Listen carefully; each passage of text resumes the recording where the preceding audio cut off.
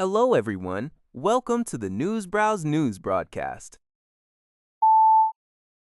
According to a report by Lionhe Zhaobao, the international credit rating agency Fitch Ratings has upgraded South Africa's long-term issuer default rating from BB to BB while maintaining a stable outlook. This decision marks the first time in nearly 21 years that Fitch has upgraded South Africa's sovereign credit rating. In its rating report, Fitch highlighted that the upgrade reflects South Africa's prudent fiscal management and progress in debt control, which have been achieved despite weak economic growth and various domestic and external shocks.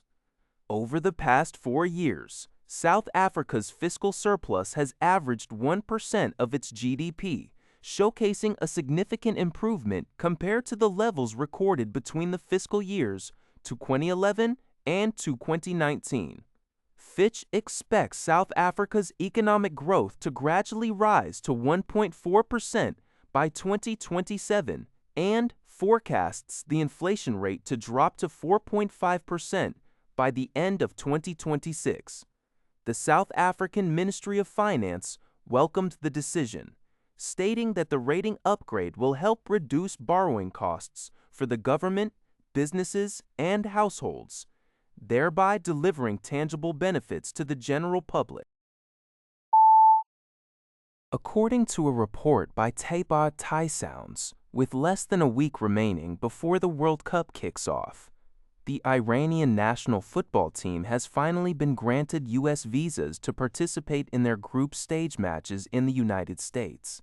However, Mehdi Taj, the president of the Iranian Football Federation, has been denied a visa due to his past role as a commander in the Islamic Revolutionary Guard Corps, IRGC, which the U.S. designates as a terrorist organization. Additionally, more than 10 backroom staff members, including potential coaches and medical personnel, were also denied entry.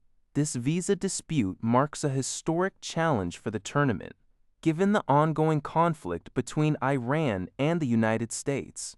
Despite these political tensions, FIFA has been actively working behind the scenes to facilitate Iran's participation. The team, which has been training in Turkey, is scheduled to play its group stage matches on the U.S. West Coast against New Zealand, Belgium, and Egypt starting June 15.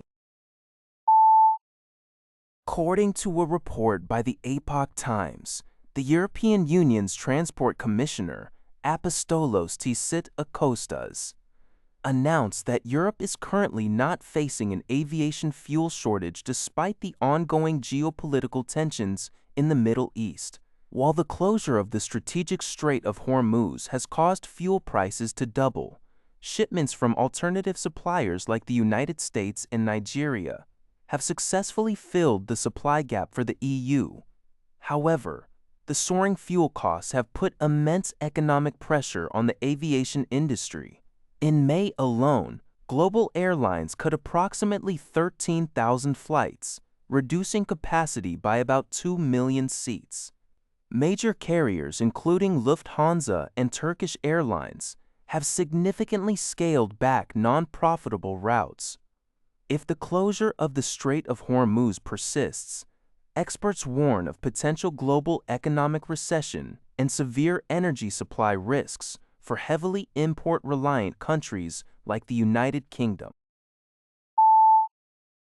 According to Al Jazeera, North Korea's leader Kim Jong-un has ordered his navy to build a 10,000-ton destroyer and develop secret underwater weapons.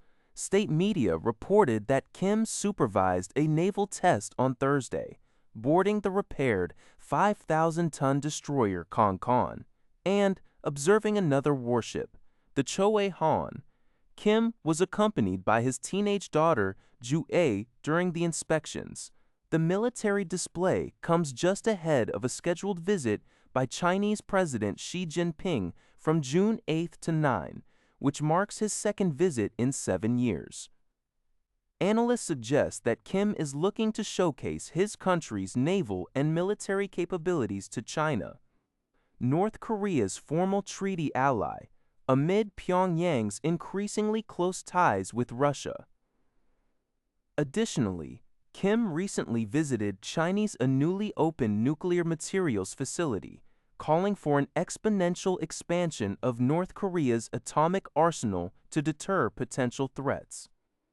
This is the first time North Korea has officially mentioned plans for a 10,000-ton destroyer, representing a significant escalation in its naval ambitions. According to GG Press, Australian Prime Minister Anthony Albanese and New Zealand Prime Minister Christopher Luxon met for their annual Leaders' Summit in Noosa Heads, Eastern Australia, on June 6. During the meeting, the two leaders agreed to strengthen cooperation in defense equipment procurement and their respective defense industries. They also reaffirmed their commitment to deepening the trilateral alliance under the ANZUS Treaty, which marks its 75th anniversary this year. A key focus of their cooperation is maritime defense. The Australian government has already decided to procure 11 upgraded versions of the Japan Maritime Self-Defense Force's Mogami-class frigates for its next-generation navy. New Zealand is currently comparing and evaluating the upgraded Mogami class against British warships. By aligning New Zealand's potential selection with Australia's, the Australian side aims to standardize equipment and enhance military interoperability between the two nations' armed forces.